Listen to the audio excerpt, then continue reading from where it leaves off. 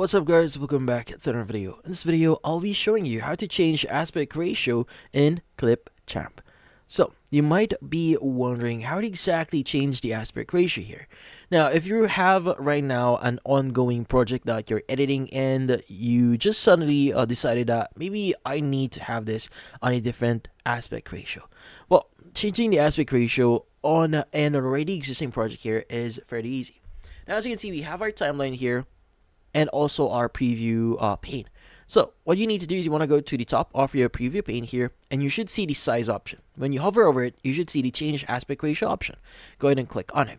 Now you now have the option to change it to vertical, square, classic, social, cinema, and even portrait here.